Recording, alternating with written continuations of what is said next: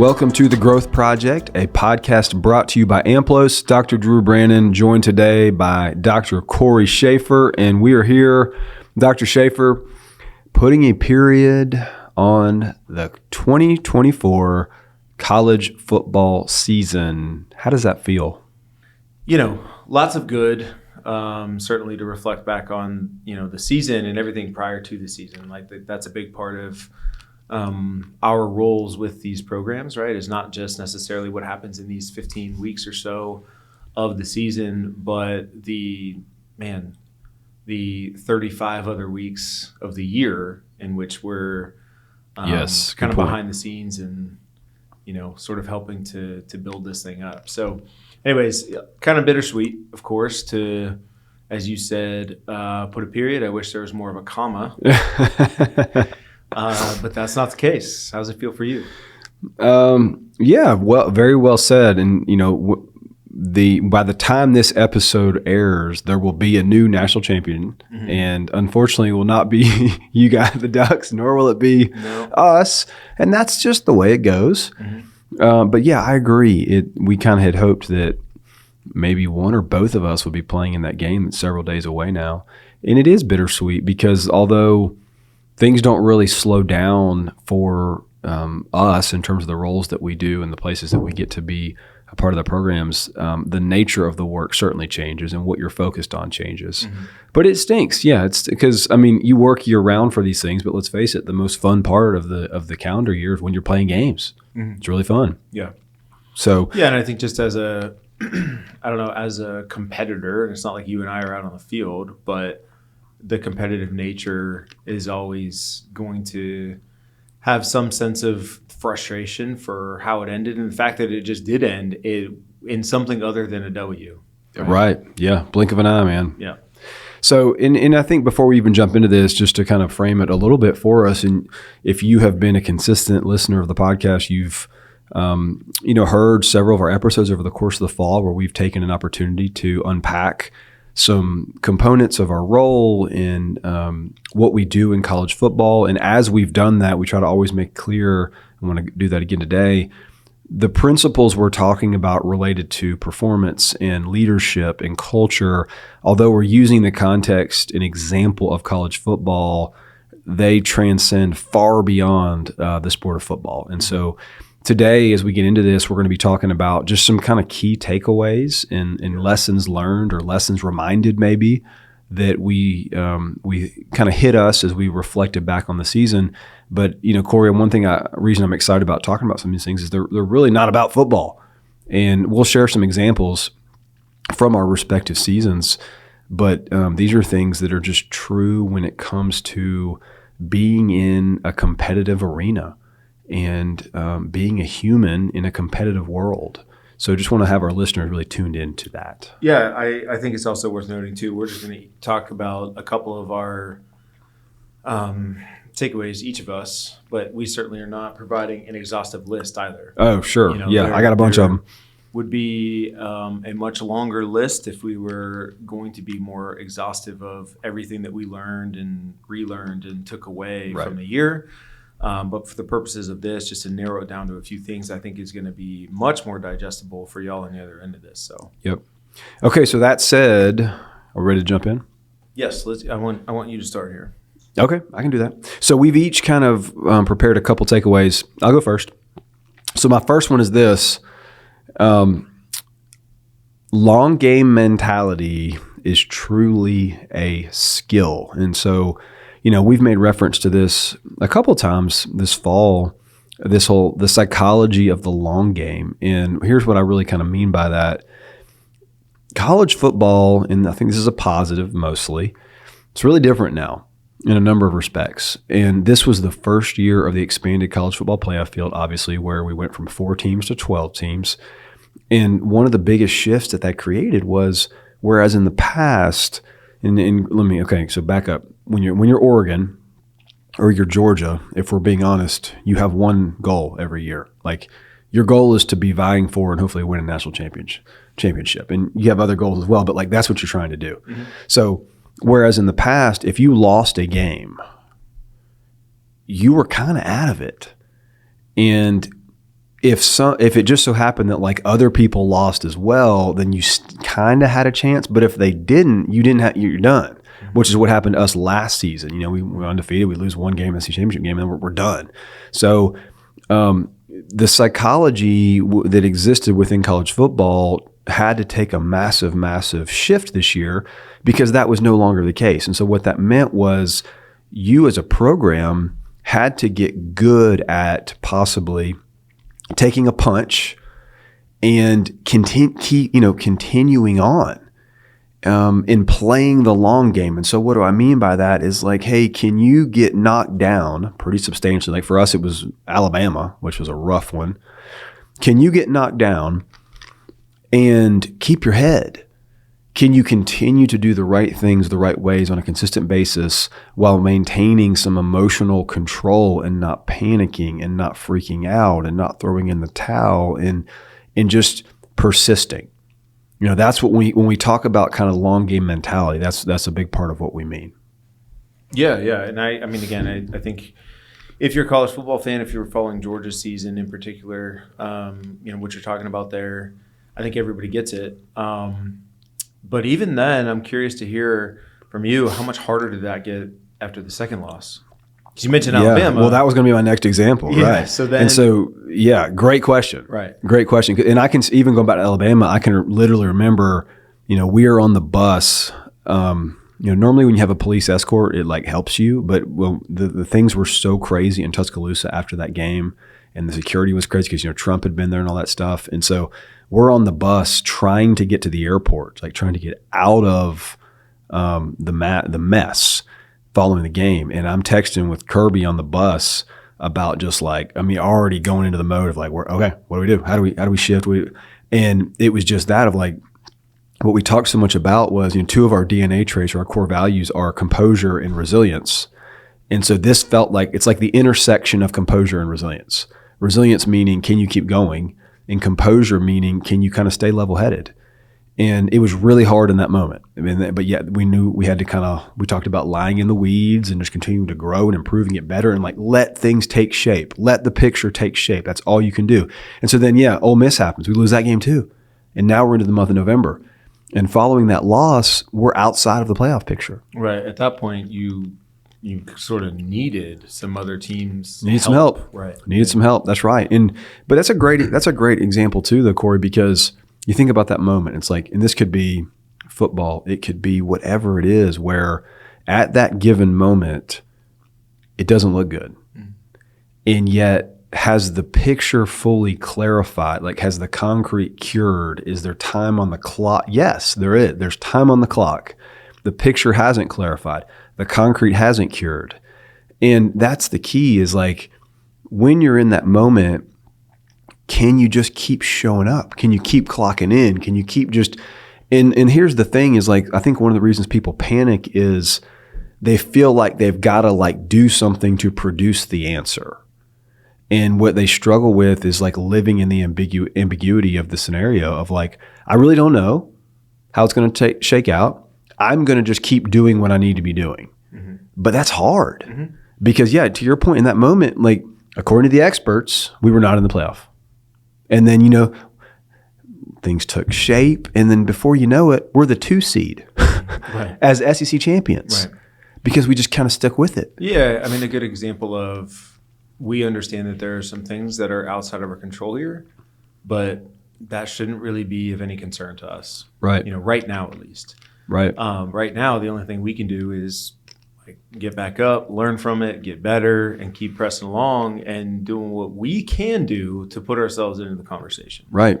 And I think, if you want to draw a comparison here, a big part of what we're saying is college football is more like the NFL than it's ever been. And that you see this in the NFL all the time where just making the playoffs. Like just find a way to be there. And that's in some ways all that really matters is because people are going to peak at different times. And so we just had to get good at keeping our minds in the space that we were in, not zooming ahead and filling in the blanks with a series of negative assumptions. And we had to keep our work rate high Because if we didn't, and that's kind of the whole point, is like part of what long game mentality means is your work rate stays high from a quality standpoint, regardless of the shoulda, coulda, woulda, and regardless of the what ifs. Yeah. Yeah. Those are my thoughts on that. But it was a major shift compared to previous years. Yeah. And mine, the reason I wanted you to go first is I think mine is similar in many ways. So you mentioned a couple of Georgia's DNA traits. Well, 2 of Oregon's are growth and connection. And any team, any program I've ever worked with, any individual athlete, for example, I've ever worked with, I tell them all the same thing, right? So let's say now I can officially like turn the page, like, okay, it's baseball season, right? Football will be going on in the background, but now it's baseball season. And I talked to a team the other day and I told them, like, our goal is not to be playing our best baseball in February or March. Yeah. Right? Like, we want to be playing our best baseball in the postseason, right? Like late in the season. And so that's been the mantra that I've brought to Oregon year after year. And the focus then, getting back to the DNA trait, is always just like, just keep getting better. Right. Just keep growing, right? And if you remember, again, we started the year, our first couple games were not great. We recorded a podcast after maybe after week 2 or so, and we had played Idaho and struggled and basically barely won. And then we played a Boise team who, of course, went on to make the playoff and be a pretty solid team, like a formidable opponent, have a Heisman contender and all that. But it wasn't that like we still won the game, but it was just how we won was just ugly. Right. It was just like, this is not representative of who we want to be as a team. So again, it was really, really important at those stages that, similar to what you're saying, like, we just keep kind of plodding along. Like, put your head down and continue to just learn from our mistakes, develop on what is working, and get better. So that's always going to be, I think, the mantra that you and I are going to preach to our programs, is just that, all right? Like, we're playing a long game. Yep. Now, the reason I mentioned the other DNA trait of connection is because I think that was relevant right along with us growing sort of individually and growing as a football team in terms of our execution and that kind of stuff, is we needed to develop chemistry. There were certain programs you look at around the country and they're pegged as like, oh, well, they're, just like buying players and transfer portal and this and that. And like, we sort of flew under the radar in that, but we were one of those teams. Like, we are it's outside looking in, it just looks like a bunch of mercenaries who came in to do a job. Yeah. But we were aware of that. We were mindful of that.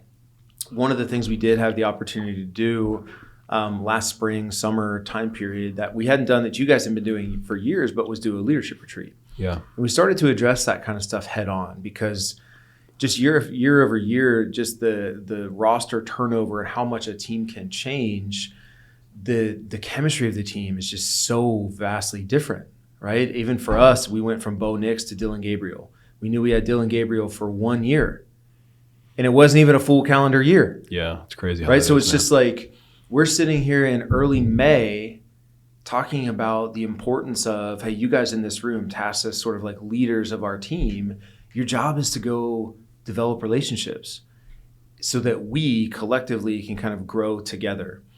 And so I think what I'm proud of for our team, in the same sort of light of like just how we got better over the course of the year, and played some really good football into November and then into the first week of December at the Big Ten championship game, is how the team gelled, how the relationships formed, how the team got more connected as we went on. But that tone was set much earlier in the process of like, this is something that we need to do. So we need to be making time for it. We need to be intentional about it.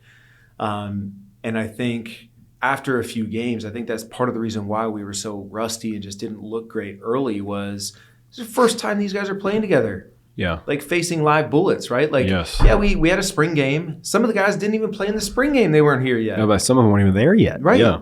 So within a couple of months, it's like, hey, you're supposed to just, your team's just supposed to gel and, develop all this chemistry, and then the season starts. Mm-hmm. Like, that was never going to be realistic. And so it was always like, hey, we might be a little bit rusty. We might not be clicking on all cylinders quite yet, but we just got to keep working at that. And so to see how the team got more connected and on the same page, and the chemistry started to grow, relationships developed, leaders sort of presented themselves, all those things, I think, again, similar to your idea of like playing the long game.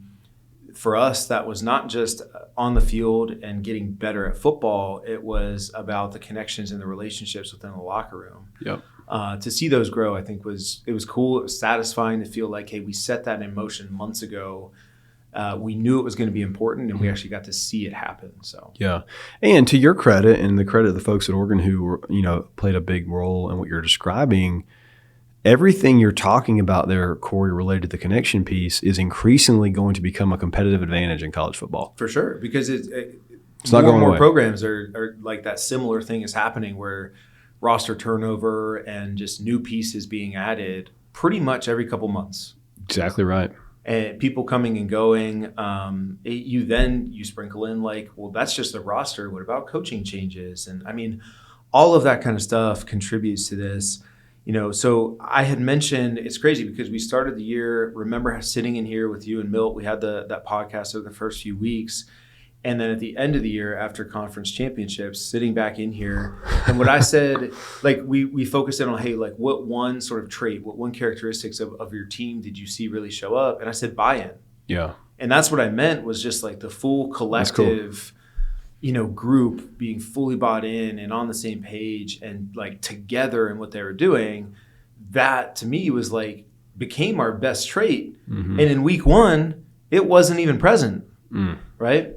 So that's cool. That was one of the big takeaways was just you can develop that. You can be intentional, but you have to be intentional about it. You better be. Because let's put some numbers to it to put it in perspective, because here's the new landscape of college football.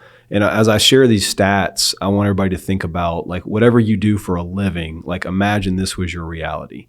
So in Power 4 college football now, that's certainly what Oregon is, what Georgia is, so on and so forth, every 12 months, you're going to turn over 30% of your roster, minimum. So like imagine that in your company. Imagine that in your sales team. You're like whatever it is. If every 12 months, you're gonna have 30% of your team gone, out 30% out, new 30% in, and you're trying to build culture and you're trying to have continuity and you're trying. I mean, like that is a massive, massive number. Yeah, I mean, if you have an office of 20 people, like put real numbers to it. That's 6 people every year are out. 6 brand new ones in, and you're supposed to get them up to speed on, hey, here's how things work here. Yes. Here's what we're all about. Yep. Here's how we execute and so on. And then they grasp it, they get it. You go through kind of a busy season and a cycle of it, and then it's like, all right, again. Here we go, all over again. And so you think about that from so many different angles. You got, all right, you have the people who are still still on the ship, who are who are asked to do the heavy lifting of like getting them in this is work. Mm-hmm. You got to onboard them. You got to get them in mix of who we are. We got to resource them, support them, encourage them. And then just when you maybe have had a little bit of like, oh, okay, like we're there, guess what? It's time to do it again. Mm-hmm. And so there's just the energy drain is tremendous. Yeah. And the complexity of it is so hard. Again, and we're also talking about 18 to 22, 23-year-olds, right? Too. We're not talking about seasoned professionals in the business world. Yep. So that is a real challenge. I mean, some of these kids, again, the context, some of them are going to college for the first time. Moving across the country or, they're away from their family. Some of them are on their third school. Yep. And maybe the reasons why they're on their third school aren't great reasons. So again, just the mixture of personalities and life experience and everything that you then just shove into one space together and go, hey, go be an elite group together. Go be a great team. That's hard, man. Yep. So anyways, I was proud of our group for how that took shape, over the course of the season. Yeah, that's awesome, man. Okay, so back to me. Are we toggling back over here? Okay, so here's the 2 of 2 for me. My second one is this. And when I say it, it's kind of high level, philosophical. We'll have to break this down a little bit. But my takeaway, as I thought about it more and more, is although college football has changed tremendously, it really hasn't all at the same time. What do you call that? Oxymoron? What is that?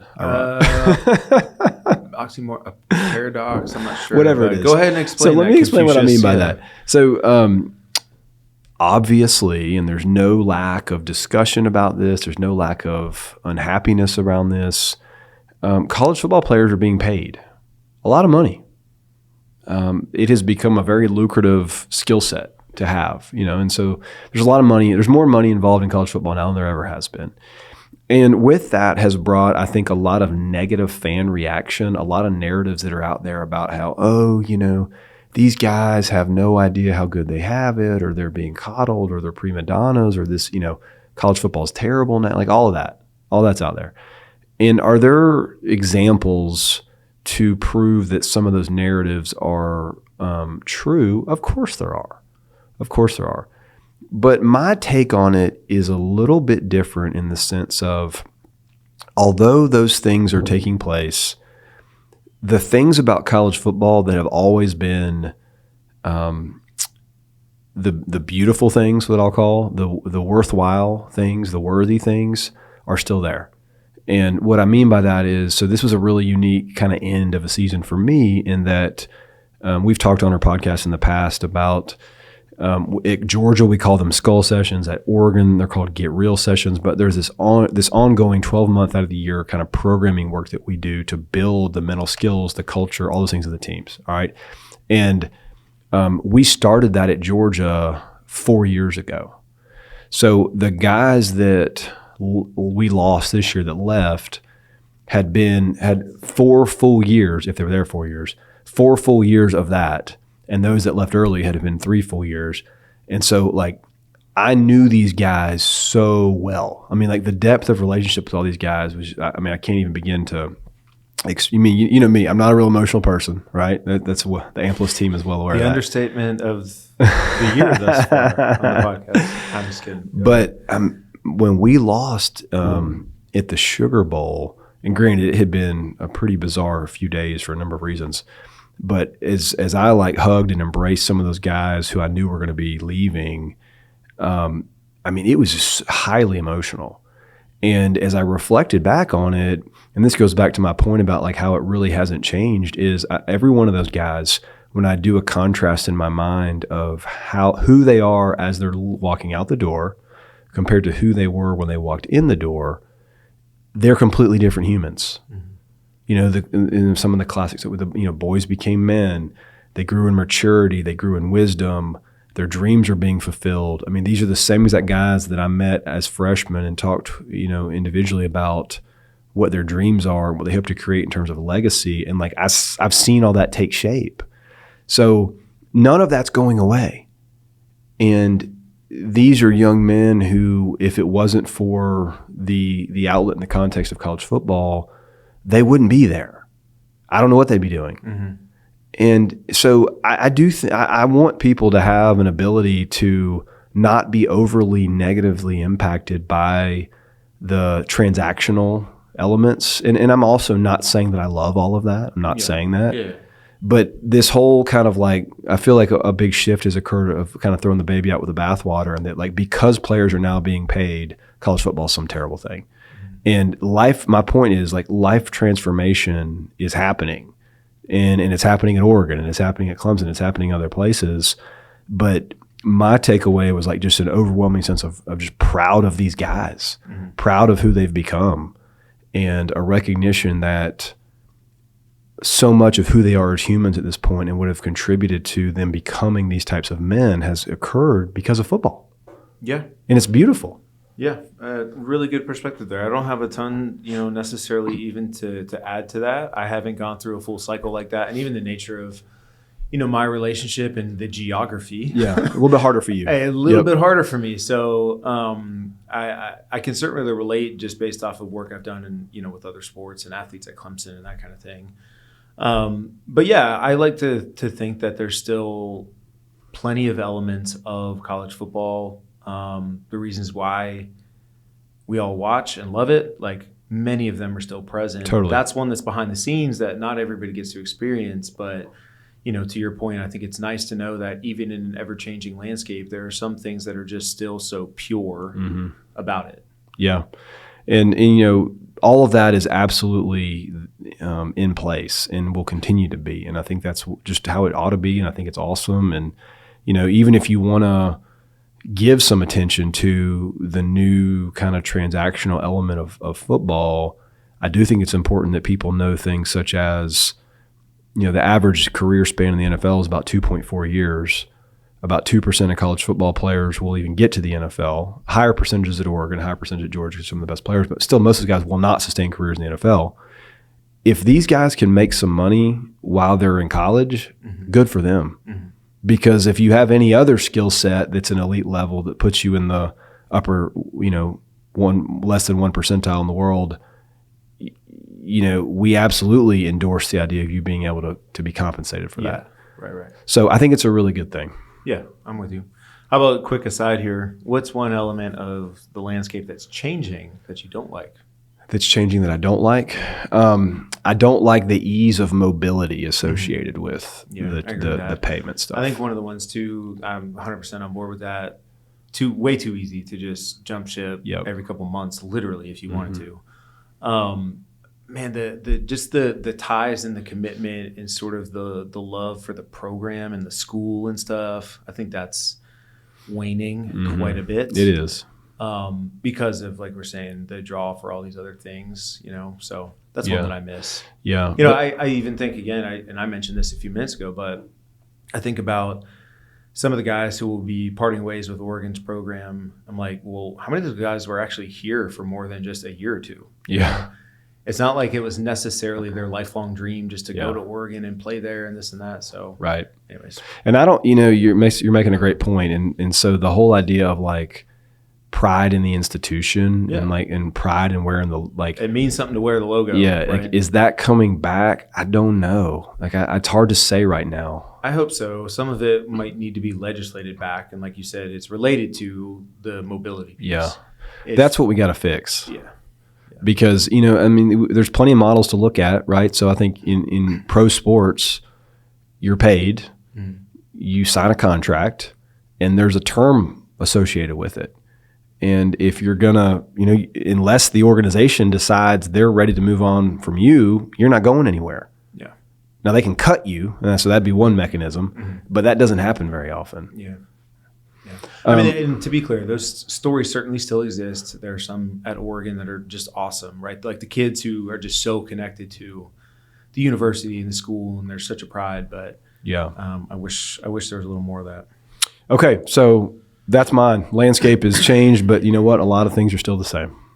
Okay, so my next one here, I think when I was really thinking about takeaways, there were two words that kept popping up, and these eventually became things that we talked about within the program late in the year. But it's really the role of, one, anticipation, and I'll explain that in a minute, and then also the role of momentum. And so starting with anticipation, we've talked some about this. I think it's been documented, but at least at Oregon, there's some real intentional thought that goes into not just planning out, as you mentioned, right? Like the work that we're doing in the off season, right? And how that can kind of build on itself and create the kind of culture and stuff that we're looking for. But even in season, Coach Lanning and I will sit down and plan out, right? Sort of like the messaging and the themes and stuff week by week. And I think the role of anticipation there, and this is partly, more credit goes to Dan here, because from a football standpoint, that's what he's bringing to the table. It's just like, hey, here's how I think this game could shake out. And this is August. Yeah, that's incredible. We're talking about games, in October and November. But there's such a keen awareness around, like, hey, I think I know what we have in our locker room. I think I know what they have in theirs. Understanding their coaches and their tendencies, like all of that, right? Like they're in the process of game planning all summer. Right. You know what I mean? So just so our listeners understand, like they're not putting a game plan together on Sunday That's that right. then they roll out to the team on Monday. Like Yeah. all of that is in the works and in the process over the course of the summer. Mm-hmm. Okay. But so that's one, I think, is I'm fascinated by, these coaches, their ability to sort of anticipate, here's what we can expect. And therefore, here's what we want to, here's the kind of mindset we want to have. Yeah. You know what I mean? Yep. I think that's really cool. So for us to put a plan together and then see how that played out over the course of the year with really minimal adjustments, some tweaks here and there, I think is really awesome. And again, that's a big piece of that is on Dan. A small piece then falls on me to try to craft it in such a way that, the guys can buy into it. So part of that anticipation, I think, was really cool because ultimately it's like what we're doing there is putting a vision together for our season. Mm-hmm. And in our case, we went through 13 games where it just played out, which was obviously a lot of fun. There's certainly some gratification and satisfaction with just like, man, you love to see a plan come together. A plan is great when it comes together, boy. Yes. But then the role of momentum. And so, in this case, and I just talked a little bit about this, but almost like how bad we looked early in the year.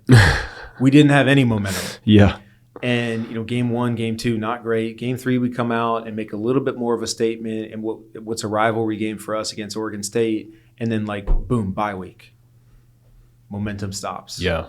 Right? Right. Like you don't carry that over. You lose the rhythm. You lose a little bit of the rhythm. The schedule changes a little bit, right? Like you're not preparing for a game now. Now, credit to our guys because we kind of picked back up what would have been, I guess, week 5, and we kind of just start the ball rolling all over again. And then for the next, we went a stretch where I don't know if there's any other Big Ten team in the country that did this, but it was something like 8 or 9 straight weeks we had conference games. Right? No break, no bye, no nothing, right? So we slogged through that. But just the momentum, you just saw it kind of build, right? Like every time you engage in that process, your week-to-week process, and you put a game plan together, and then you get the outcome, which is the reinforcement of closing what the we're feedback doing loop is working. Right. Right. So it kind of builds. There's a little bit more confidence and trust now in we do have a good game plan. We do have the right rhythm to our week and how we practice and so on. And, Dan takes everything that we do from the SEC. He was at Georgia. He was at Bama, right? He learned under Saban and Kirby. So our stuff is intense. Oh, yeah. But it's amazing how the buy-in to that increases. Mm-hmm. I think in a lot of other places, it can really go down over the course of the season where by the end, guys are kind of going through the motions and that sort of thing. But when you get that momentum rolling for you, all it's doing is increasing the buy-in, right? Yep. And there's just a belief. And in y'all's case, let me interject this real quick because I've been a part of seasons like this. It's incredible how much of an amplifier winning is to all of that. Yeah, absolutely. That's what I'm saying. When you're only winning. The winning is what's reinforcing everything, right? As I always think there's a little bit of players that are kind of waiting around to see but is this going to produce the result? Mm-hmm. And then it does. And it's okay, good. But it does it again and again and again. And for us, 13 straight was it's a lot of momentum. Right. We just kept it going. Yep. Now, the problem for us came when we stopped playing. Yep. That momentum built. And Total loss of rhythm. I think from our bye week early to our bye week late, which came the week before the end of or the final week of the season. Okay, so late November is our second bye week. It was easy for our guys to kind of get up for that next game because it's rivalry weekend. Yeah, true. So you had your last bye the week before the last week of the season. November 20th or something, basically. That's crazy. It was really, really late. Okay, so we carried all that momentum, and now, of course, guys are tired, they're fatigued, they kind of need a break. Mm-hmm. But I think for us, the benefit was coming out of that, and now we're facing Washington, right? Sort of blood rival. Guys got up for it, played one of their best games of the year. We just roll straight into the Big Ten championship game. It's that momentum stayed. Yeah. Right? It kind of stuck around. The problem for us arose when we then stopped playing for a month. A month, yeah. I know the which feeling. is just a long, long time, man. It's literally we were starting from scratch. And I'm not using this as an excuse. This is just the reality of the situation. And we ran into an absolute buzzsaw in Ohio State, who had started gathering their momentum the previous week against Tennessee. Yep. And then even on a micro level, once that game started, which I had the opportunity to go to, and it was a fantastic experience, but you talk about an abrupt end. Was it a fantastic experience? Up until everybody asked me, like, how was the game? Like, man, it was awesome. And then kickoff happened, and it wasn't anymore. But just how quickly they gathered momentum. They scored 1 minute in. Was it a minute in? I didn't even realize that. 1 minute on the clock. Oh my goodness! Right, they're kicking off, and there's 14 minutes in the first quarter on the clock. Yeah, and I mean, what you guys ran into, as you well know, is the most talented roster in college football. So and more so than that, okay? Because again, I'm going to be somebody who, like, we had already beaten them earlier in the year, right? Yeah. But just the momentum that they were bringing in that we didn't have, like, we were literally, like, they've got a running start into the game, and we're standing still. That's a good way to put it. And beyond that, how we just could not weather the storm of that early surge of their momentum. Mm-hmm. And by the time we did kind of settle in, I mean, it was way too late. Too late. For a team like that, way, way too late. So it's just amazing how those couple of themes, you know, the ability to anticipate, but then momentum, how they kind of popped up. And to a degree, it looked like they did a better job of anticipating what our game plan was going to be, and therefore had a better game plan. Mm-hmm. You know what I mean? And we just didn't quite look like we had that. So the anticipation almost at that point wasn't working for us. Right. So anyways, just those couple of themes I thought were really interesting. I think, you know, there's probably some relevant pieces in there for our listeners, again, regardless of what industry you're in. You know, how much can you anticipate? How much are you planning ahead and setting forth a vision for what you want out of your quarter, your year, whatever? Yeah. And how are you, you know, what does momentum look like for you? That kind of thing. Momentum is fascinating, and it's been studied to the degree that we can study it and understand it across different, you know, components of the literature. But, you know, the one thing I think it's worth mentioning there too on momentum, Cory, is that we think about the biggest obstacles or factors that really interfere with high performance. Like, what are the blocking variables associated with high performance? And so there's some obvious ones there: stress, perception of pressure, nerves, underlying anxiety, like all of those things. And I think what's really, really fascinating is this doesn't really matter what industry you're talking about. When momentum surges, however you define that, it's amazing how much it then causes those other potential variables to just fade away. You know, where the perception of threat, the anxiety, the stress, the pressure, man, it's incredible how those things are alleviated. And you play or perform with such a degree of freedom. Yeah, and I think Coach Lanning did a really good job of that throughout the season, because, of course, as we start stacking wins, there's more attention coming to the program. More people start talking about you. Right now, we get to the number one, you know, spot, and all these things. And yet, in our mind, it was just like, we're just going to keep riding the wave, right? We're going to keep engaging in and following our process, and like, we'll let everybody else talk about us and what it looks like and what the projections are and this and that. But like, we are not concerned with that. Right. You know, we don't need to be, because we're in just such a good spot, like you said, that's not our focus. But of course I'm pulling for you guys, and I did not see the beginning of that game, obviously, but I picked it up probably, I don't know, sometime in the second quarter, and oh man, just a hard way to end. Yes. Hard way to end. Yes. But I think, you know, a final point on that would just be, and this is where sports can really get derailed, unfortunately, is like, you got to be sure you don't miss the many, many, many, many reasons to be excited and happy and proud and all that stuff of what went down. You know, I mean, it's just an incredible ride for the Ducks, and the fact that they ran into that buzzsaw on the wrong day in the wrong place should not diminish. And I know it doesn't, but you got to remind yourself of that sometimes. Yeah, no, you're spot on. And I think in a lot of ways, our seasons in some ways were almost opposites, where you guys were kind of facing adversity throughout, and it probably made you more resilient and stronger down the line. Yeah. For us, it's almost like, because we just kept winning, right? We never got the gut punch. You know, we never quite faced death, so to speak, like y'all did. And that probably impacted our ability and how we responded then in the moment against Ohio State when like we started reeling, you know? So anyways, just interesting stuff and yeah, awesome season all around, like, you know, very thankful for it. But and you know, in thinking about that, because what you guys experienced was eerily similar to kind of how our season ended last year, in the sense of like, there aren't many industries out there.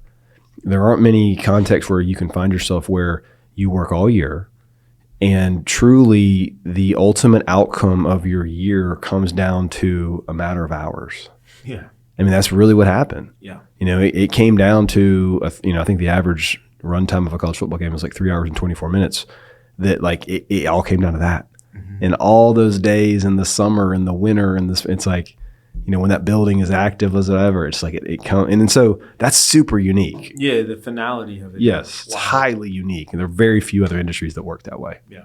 So, okay. So as we kind of wrap up, you know, final thought wise, and you know, we will continue to talk about college football in some way, shape, or form, but probably in a less concentrated way until we can start firing up. Summer will be here soon. We'll be leaning in again, but maybe not quite as much over these next few months. But yeah, so I think just a closer point for me, Cory, then I'll come to you. Just a lot of gratitude, a ton of gratitude for the opportunities that AMPLOS has had to impact 18 to 22-year-old young men through the sport of football. Mm-hmm. And you know, if you think about the work that Milt's done at Clemson for a long, long time, and we're in Athens, Georgia, and we're in Eugene, Oregon, and man, just super grateful to be in the places that we are. Yeah. Yeah, I think too, it's a reminder for everybody of just how different the paths to quote unquote success can be, right? I mean, if you think about, and we documented this earlier in the year, but how different each of our roles looks with these respective programs, and yet we all ended up in the same place, right? Yeah, like how about that? Opportunity to be in the playoff and compete for a national championship, and even if it didn't work out for any of us, I think just a cool reminder of, you know, as the saying goes, I'm sure this is in a psychology book somewhere, but you know, there's not just one way to skin a cat, right? This is true. So yeah, I just think that's cool and probably a good reminder for everybody of a lot of different ways to get it done. I think we in our work is sort of a testament to that. So. Awesome. Well, as always, we are thankful to our listeners. Thank you for tuning in today, and always appreciate any feedback you might have. Give us a review. You can do that at Apple Podcasts or Spotify. Until then, we look forward to our next conversation. Thanks so much.